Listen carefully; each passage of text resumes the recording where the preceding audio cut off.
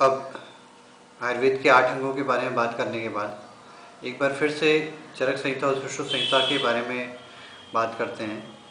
चरक संहिता जो कि आचार्य चरक ने लिखी हुई है, जो कि चिकित्सा के जनक थे।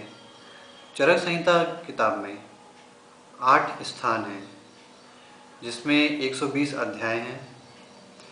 जिसमें प्रथम अध्याय जो है सूत्र स्थान है, प्रथम स्थान सूत्र स्थान है, उसमें 30 अध्याय। फिर निदान स्थान, उसमें 8 अध्याय। विमान स्थान, उसमें 8 अध्याय। शारीर स्थान, उसमें 8 अध्याय। इंद्रिय स्थान, उसमें 12 अध्याय। चिकित्सा स्थान, उसमें 30 अध्याय। कल्प स्थान, उसमें 12 अध्याय। और सिद्धि स्थान, उसमें 12 अध्याय। इस प्रकार से कुल 120 अध्याय हैं। चरक संहिता में 1200 श्लोकों का वर्णन है, 12,000 श्लोकों का वर्णन है, और 9,295 योगों का वर्णन है, सूत्र का वर्णन है, और 1,950 योगों का वर्णन है।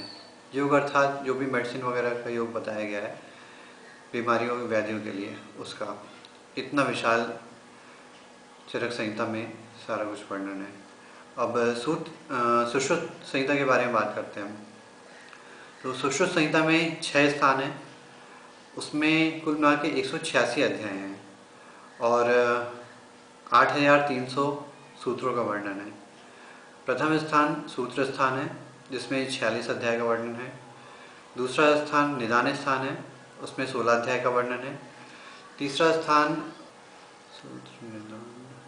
शारीर स्थान, उसमें 10 अध्याय का वर्णन है।